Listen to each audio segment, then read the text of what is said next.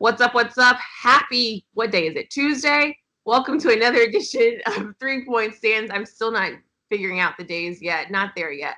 All right. I'm Meghan Triplett. That is John Roser. And 3 Point Stands presented by Mountain Dew. We got to talk about so much stuff. And let's first start with the NBA bubble. We have now gotten like almost a full week in of Orlando life. So first off, Roser, your stance on what's been going on in the bubble. What's your favorite storyline so far? Well, it's like we get something new every day. You wake up yesterday morning and it's like two players, one of them a former Grizzly and Bruno Caboclo, having to quarantine himself because he didn't even know he didn't even know that he was, I guess, crossing the line that he wasn't supposed to cross. And so now he's got to quarantine himself, which is 100% not surprised that Bruno would do something like that. But shout out to Bruno. My favorite would probably either be Myers Leonard shotgunning a beer, because that was very impressive, or the fact that an Instagram model says she's already been invited to the bubble, because it was only a matter of time before an Instagram model was going to get invited. I still don't know if I believe the whole Instagram model. I think you want to put yourself out there. It got the likes and it got the retweets that everybody wanted. I mean, do I think that's coming? Most likely, because we know when the teams get to a certain spot, you can bring up to 4 people into the bubble life with you. So that is interesting. My favorite part has been all this action that we're seeing on social media. These guys, they're by themselves. So, if they're not in practice, they are on IG Live. They're on Twitter. We've seen Dwight Howard going on Instagram Live. We've seen a lot of players do it. Josh Jackson even posted an IG story of like the chicken and what the chicken looked like. Yeah. But my favorite part just happened on Monday night. Matisse Thybulle releasing these vlogs that he's been releasing. He released one episode over the weekend and he released a second episode last night. I mean, I think we've all known he's talented. This guy is talented when it comes to editing and the camera. He's a photographer, but it's giving you a chance to see the 76ers team in a different light, and they're kind of doing their own little documentary. And I think a lot of players are doing that. You're getting to learn a lot about these players that we didn't really get a chance to, because they're away from their family, they're away from their kids. I think one player said that he finally got an iPhone because, hey, I'm going to the bubble by myself. I now need to get an iPhone because he had a flip phone.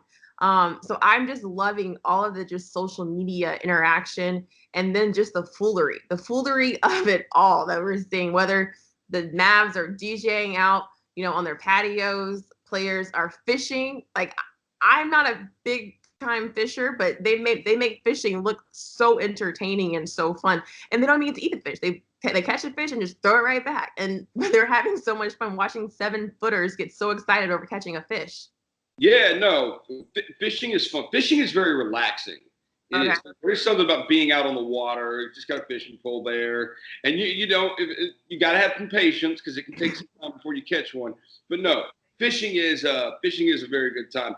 I would say very excited for the video that the Grizzlies put out yesterday. That got me hyped. That got me pretty hyped for this season to begin, or for it to resume July 31st. So great job by our video team too. Right. All right. So you're talking about the Beyond Grit retrospective? Not Beyond Grit, the one they put out of the guys practicing. Oh, practicing. Yes. Well, watch Beyond Grit too. It's presented by Mountain Dew. That too. First of all, we have a lot of content coming out. Like, we have a lot of content that we are trying our hardest and best to get fans what they want and what they love. They've been missing the Grizzlies, and so we're putting a whole bunch out there. A lot of teams are. So it has been everything has been entertaining. And let's move on to our second topic. You kind of mentioned about Bruno. We did find out that also another Kings player who has having to quarantine is Richaun Holmes. He was getting they said it was Postmates, his pickup food delivery, and he crossed that line. So now he's going to have to quarantine for a couple of days. And it's led to this whole discussion of, some people were like mad, like, how could he do this? How could you not figure this out? And so we're like, hey, it's confusing. Like, it's super, super confusing. They tell you that when food delivery comes, you have to meet them there. Security won't bring it to you. And I don't know what it's like to live there. I don't know if there's like an imaginary line, literally, and you're just like, am I going too far? I don't know. But Richaun Holmes' mom even said, hey, I'm not in Florida. My food is not there. You should only be crossing the line for mom's food. Like, what are you doing? But it's led this whole thing about, really what's going on in the bubble. What was your stance when you heard about Richaun Holmes crossing that line? Yeah, I mean, I have a hard time figuring out because, right, I've been to Disney World once when I was 3 years old. Like that's the last time I was at Disney.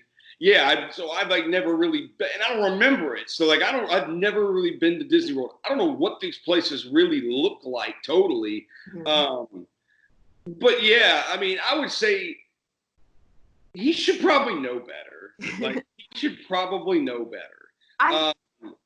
I forget who it was. I forget who it was. I think it was Kelly Oubre. He had tweeted out saying, "Hey, if you want to get food, you gotta go. You have to go somewhere to meet." And then he like even jokingly said, like, "Ha ha ha, never mind. Guess that wasn't correct." I just think there obviously if one player thought it, there probably isn't a lot of communication on how we're gonna do this whole food delivery process. And part of that is probably them having to kind of throw this together too. And so there is going to be a little bit of a lack of communication with so many players and the league office. So I mean, I'm not surprised that something like this has happened. Yeah, I do wonder. It makes me wonder, what was the food? Like, was it worth it? Like, what could you have ordered where it's like, you know what? I hate that I did this to my team. I hate I have to sit out, but man, that food was good. And I could only think of like Chick-fil-A is something that I would really, really miss. A good burger, Five Guys. I hope it was worth it. I can't imagine what it was. I hope it was not just awful food, and you're like, dang, I did all that for this. I bet it was someplace. I bet it was like Morton's or Ruth's Chris or something like that. I bet it was something. These are NBA players. Because that's true. That's true. Ruth's Chris, if anyone does not know this, Ruth's Chris has the best shoestring French fries of my life. I will go and just get their fries. They're a little pricey, but they're that good. Like They have the best potatoes au gratin too. Just everything potatoes. Yesterday was National French Fry Day. Just throwing that out there. I hope you celebrate it in some. I know you did. I hope you did too. It's a national holiday. That's why we taped yesterday. It was a holiday. It was a holiday for my life. It's a fun day for you, yeah. Right. Let's get to some more serious news. So the Washington Redskins, it has been officially announced that they are changing their name. They are rebranding. They're changing their logo. They have not announced what the name and their logo will be. And this has been a huge debate for many years, regardless of, I think it kind of comes and goes where we're really adamant on them changing it. And then, as we know, Dan Snyder had always said he's never changing it, but now they are making the official change. What are your thoughts on the Washington, and I'm not even going to say it, so the Washington NFL team? About time. The reason it didn't happen sooner is because, Dan Snyder, he refused to do it. I don't want to say I understand why he refused to do it, but that team's got a lot of history with it, and they've won multiple Super Bowls. Years and years of people buying all this gear. It's not like they've been around 10 years. Like that franchise has been around a really, really long time. Like I said, has a lot of history with winning. Now, not recently. They're pretty freaking terrible. They might be the worst team in the NFL if they start Dwayne Haskins this year.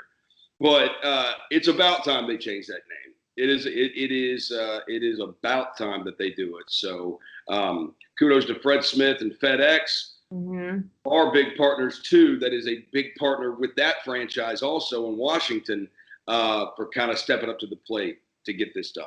Right.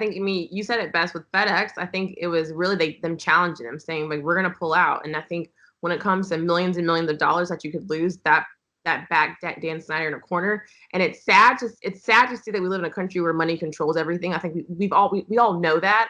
But in the times that we're in, and I get, Washington has a lot of history. My dad lived there, my sister lived there, and so they have loved that football team. I've had friends whose parents played for them, but the biggest thing is like history is changing, and I think we have to remember that a lot of our history isn't good history. It's you don't have to forget the things that they've done, that they've accomplished, the trophies that they've won, all the celebrations, but you can say, well, we're going in a different direction, and we're going to go with the right way of history.